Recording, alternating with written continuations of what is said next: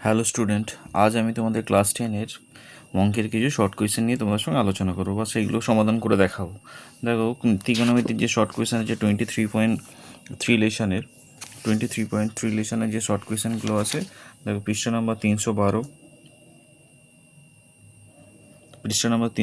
নয়ের দাগে দেখো নয়ের দাগের অতি সংক্ষিপ্ত উত্তরধর্মী যে প্রশ্নগুলো আছে। দেখো এক নম্বরে যে কোয়েশ্চেনটা আছে, এক নম্বরে এর দাগে যে কোয়েশ্চেনটা আছে, দেখো যদি 3x কোসেক আলফা এবং 3y কট আলফা হয়, তাহলে 3 × x² - 1/x² মান নির্ণয় করতে হবে।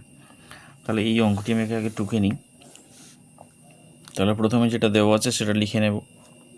নয়ের এর দাগের একের অঙ্কটি কী আছে দেখো, 3x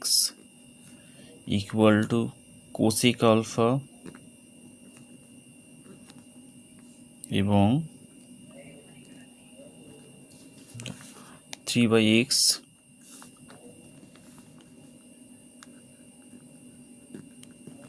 সমান কট আলফা, এটা দেওয়া আছে। তাহলে এখান থেকে প্রথমে আমাদের কী করতে হবে, এখান থেকে আমাদের প্রথমে এক্সের ভ্যালুটা বের করে নিতে হবে। তাহলে এক্সের মানটা বের করতে গেলে কী হবে, বা লেখো। তাহলে এক্স যেমন আছে লিখলাম বাঁ দিকে, তাহলে কোসেক আলফা বাই 3টা নিচে চলে গেল। ঠিক একইভাবে এটাই করব, বা লিখলাম। তাহলে 1/x কট আলফা বাই 3।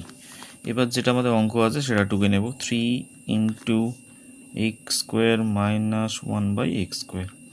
তাহলে এখানে সমান চিহ্ন দিলাম, 3 যেমন আছে বসিয়ে দিলাম, এক্সের জায়গায় মানটা বসিয়ে দেব। তাহলে কোসেক আলফা বাই 3 তার হোল স্কোয়ার মাইনাস 1 যেমন দেখো 1/x ভ্যালু কী আছে, কট আলফা। তাহলে এটা কট আলফা বাই 3 তার হোল স্কোয়ার। তাহলে ব্র্যাকেটটা যেমন আছে ক্লোজ করে দাও। তাহলে 3 আছে, 3 বসিয়ে দিলাম। এবার ব্র্যাকেটটা ভেঙে নিই। তাহলে cosec square alpha by 9 minus cot square alpha by 9। তবে এবারে 1/9টা বাইরে বের করে নিই। তাহলে 1/9 বাইরে চলে গেল। তাহলে ভিতরে থাকবে cosec square alpha minus cot square alpha. দেখো 3 আর এটা কাটলাম, তাহলে 1/3 হলো। আর এটা 1 হয়ে যাবে, কারণ এটার একটা সূত্র ছিল। কি সূত্র ছিল, যে cosec square theta minus cot square theta = 1।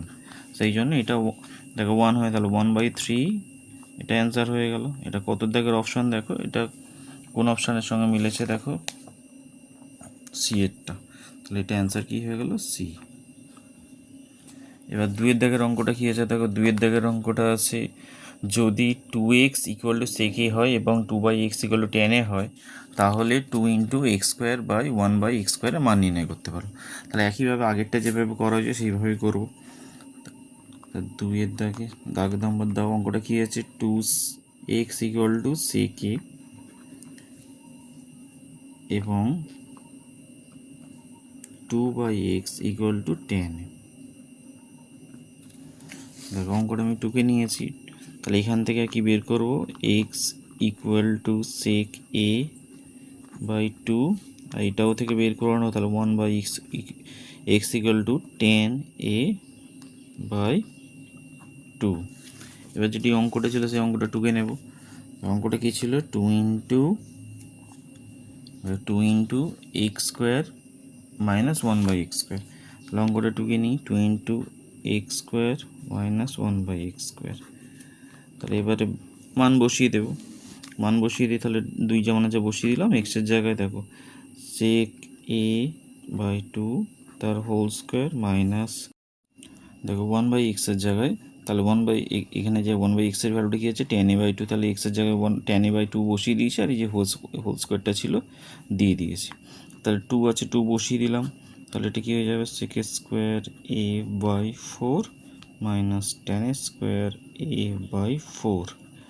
এবার তাহলে 2 আছে বসে গেল। এবার 1/4টা কমন নিয়ে নিলাম। তাহলে ভিতরে কি বসে গেল, sec square a minus tan square a। তাহলে এবারে দেখো 2 আর 4 কাটাকাটি করলাম, 2 হলো, তাহলে 1-এর 2 বসে গেল ইন্টু 1। কেন 1 লিখলাম? কেন একটা সূত্র ছিল সেকের স্কোয়ার থিটা মাইনাস টেনের স্কোয়ার থিটা ইকুয়াল টু 1। তাহলে এটা 1/2 ইন্টু 1 মানে হচ্ছে 1/2। দেখো কোন অপশানের সঙ্গে মিলেছে? অপশান দেখো এটার সঙ্গে, তাহলে অ্যান্সার কী হয়ে গেল? এ।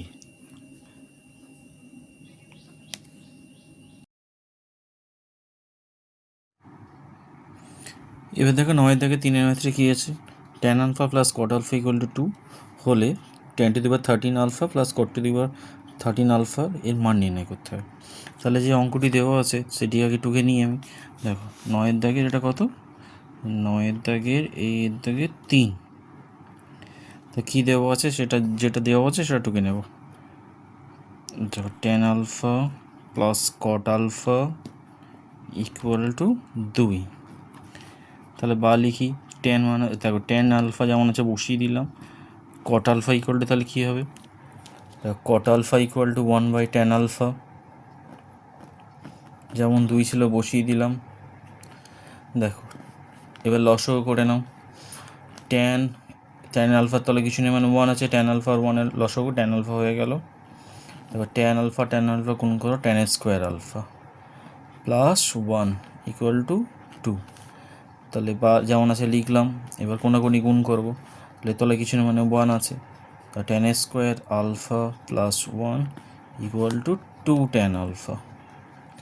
তার tan আলফাটা বাম দিকে নিয়ে চলে আসি, তাহলে tan স্কোয়ার আলফা যেমন আছে বসিয়ে দিলাম, মাইনাস 2 tan আলফা হয়ে গেল প্লাস 1। কেন হলো? এই যে 2 tan আলফাটা বাম দিকে নিয়ে গেলাম, মাইনাস 2 tan আলফা হয়ে গেল প্লাস 1 ইকুয়াল টু 0। দেখো এটা একটা সূত্র আছে, a square minus 2ab into B square, সেই ফর্ম্যাটে।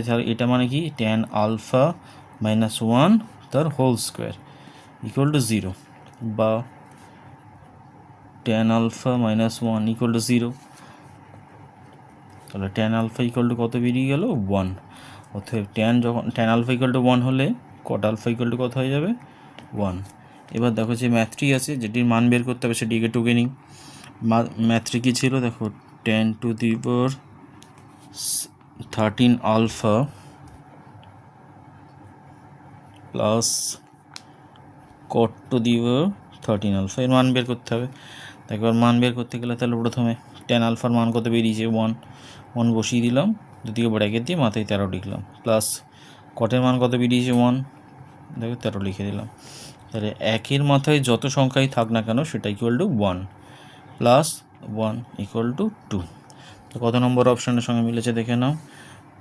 দেখো সি অপশান, তাহলে এটা অ্যান্সার কি লিখবো? Option C. তাহলে অপশান সি এটি রাইট হয়ে গেল। এবার দেখো 4-এর ম্যাথটি কী আছে? 4-এর ম্যাথটি আছে দেখো সাইন আলফা, যদি sine alpha minus cos theta sine theta minus cos theta equal to 0 হয়, তাহলে sec theta plus cosec theta equal to x হয়, তাহলে এক্সের মান বের করতে হবে। তাহলে যে 4-এর দাগের অঙ্কটা টুকে নিই।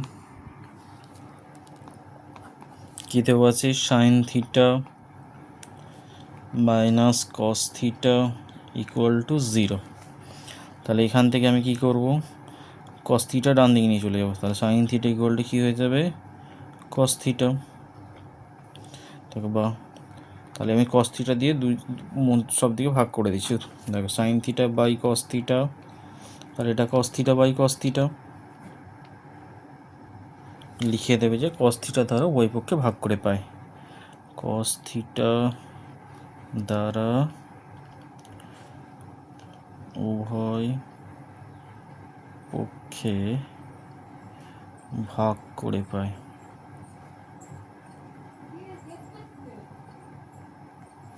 দেখো কস থিটা কেটে গেল, তার sine theta by cos theta equal to কী হয়? ট্যান থিটা, আর ট্যান থিটা ইকুয়াল টু কী হয়ে যায়? 1। তার ট্যান থিটা ইকুয়াল টু যদি 1 হয়, তাহলে ট্যান কতর মান? 1, tan 45, tan 45 ডিগ্রির মান 1। তার ট্যান উঠে গেল, থিটা ইকুয়াল টু কত ডিগ্রি হলো? 45 ডিগ্রি। যখনই আমরা থিটার মান পেয়ে গেলাম, তাই এই অঙ্কটা যেটা দেওয়া ছিল যার মান বের করতে হবে সেটা টুকে নেব।